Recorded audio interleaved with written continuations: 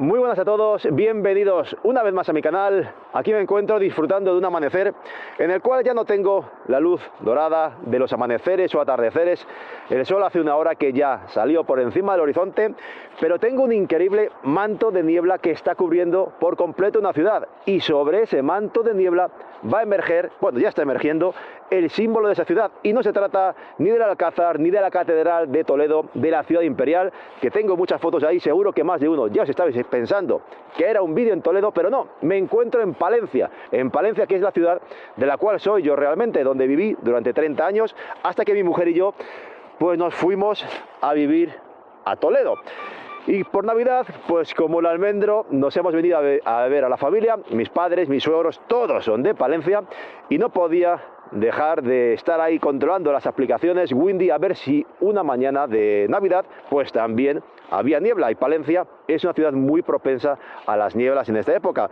Y bueno, pues ahí está, ya está saliendo por encima de la niebla. Por muy poquito no he tenido el momento soñado de el Cristo solo encima de todas las nubes y el cielo rojo. Por muy poquito, porque cuando he llegado aquí a las 9 menos cuarto, parecía salir ahí la cabecilla del Cristo ahí de la estatua por encima de la niebla, pero al momento pues se ha vuelto a tapar y hasta hace unos instantes no ha empezado a despejarse.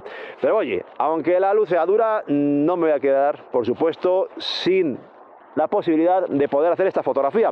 En este caso tengo puesto el Sigma, el 100-400 a 400 milímetros de focal en la Sony A7R3, enfocado en autofoco, disparándole directamente ahí un poco entre la niebla al Cristo del Otero.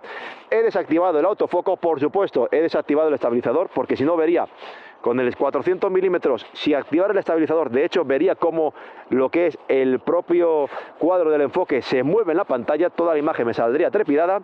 Y he activado un retardo de 2 segundos y tengo el disparador infrarrojo para poder evitar, minimizar al menos cualquier posible movimiento de la cámara y que la imagen salga trepidada. Aparte tengo activado el disparo silencioso, el disparo electrónico. Y bueno, pues ya tenemos ahí.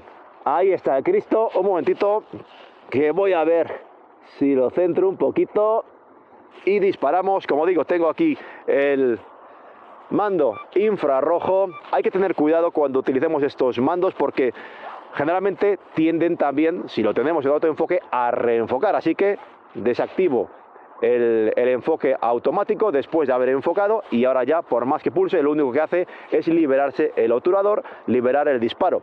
Así que nada, voy a estar aquí un ratito esperando a hacer fotografías, a ver si se ve con un poquito más de nitidez, porque con el efecto del sol la niebla se está evaporando y está el ambiente, pues eso, neblinoso y no hay mucho detalle. Voy a esperar un ratito a hacer unas cuantas fotografías y cuando termine, como yo creo que todavía va a tardar bastante en despejarse la niebla, voy a intentar llegar a la dársena del canal y hacer unas fotografías y con ellas, bueno, pues poder adornar un poquito más este vídeo y enseñaros un poquito a uno de los símbolos de esta ciudad en la que he vivido durante tanto tiempo.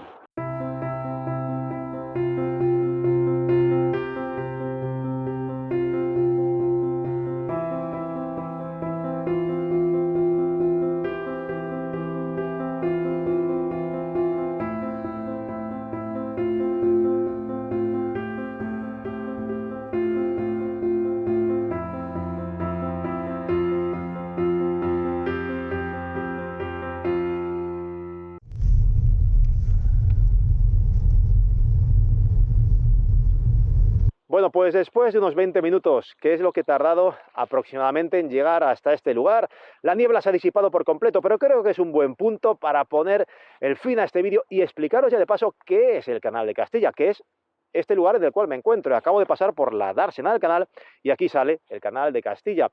Empezó como un proyecto faraónico realmente, un encargo al rey Fernando VI con el fin de intentar dinamizar lo que era la maltrecha economía castellana en la mitad del 18. Entonces, lo que se intentó, después de desterrar la idea de hacer navegables el Carrión o el Pisuerga, era construir una serie de canales que llegaran hasta el norte, hasta Cantabria, para poder transportar los productos agrónomos y que llegaran desde ahí también a otros mercados, y con eso, de esa manera, dinamizar la economía castellana. Al final, el proyecto era demasiado ambicioso y nunca se pudo terminar.